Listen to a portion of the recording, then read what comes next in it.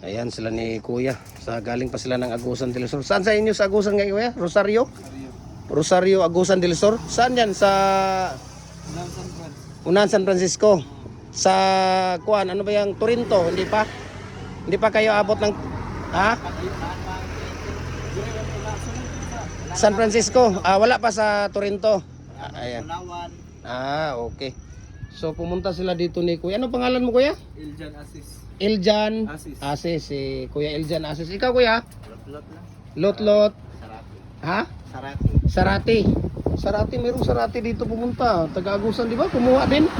Butuan yun. Agusan nga sa kanila. Sarati. Pumunta sila dito, kumuha ng pin smolder. Ayan, si Sir Lotlot Sarati o si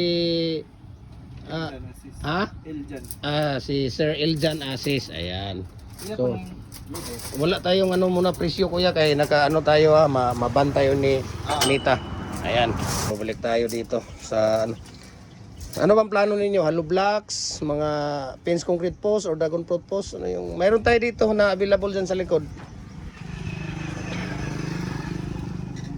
Meron tayong dyan, 3 holes, 2 holes at saka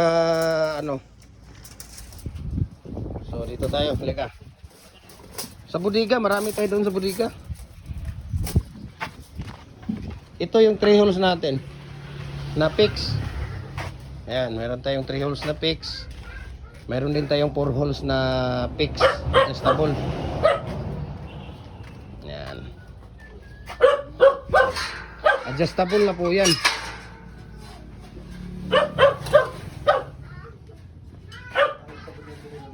Galing po sila ng Agusan del Sur sa Rosario. Rosario, Kuya, no? Anong barangay niyo doon, Kuya? Ha? Santa Cruz, Rosario, Agusan del Sur. Ayun. Santa Cruz, Rosario, Agusan del Sur pala sila ni Kuya. Ayan. So, matagal ang fabrication. Kasi hindi lang isa yung pinapabricate natin. Meron tayong RCPC pipe, bricks, hollow blocks, TP, baluster, lahat ng mga klaseng concrete products. Kaya minsan matatagalan tayo sa Meron, ayun mayroon tayong 18 dyan. Ayan, size 18 yan. May aso dyan, Kuya, ha? Huwag kayong dyan lang. Meron tayong size 18 dito. Ito. Size 18 natin na RCPC pipe culvert.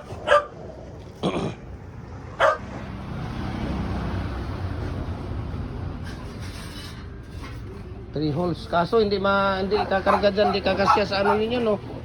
Sakyan ninyo. Gano'n yan, nag-canvas lang yan eh. Dalawa nag-pick up ko.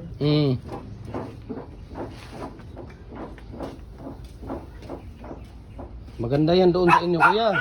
Poste talaga ang pinakamaano doon dahil grabe ang lupa doon sa inyo. Tulito doon. Daming lutilito doon sa banda sa Agusan.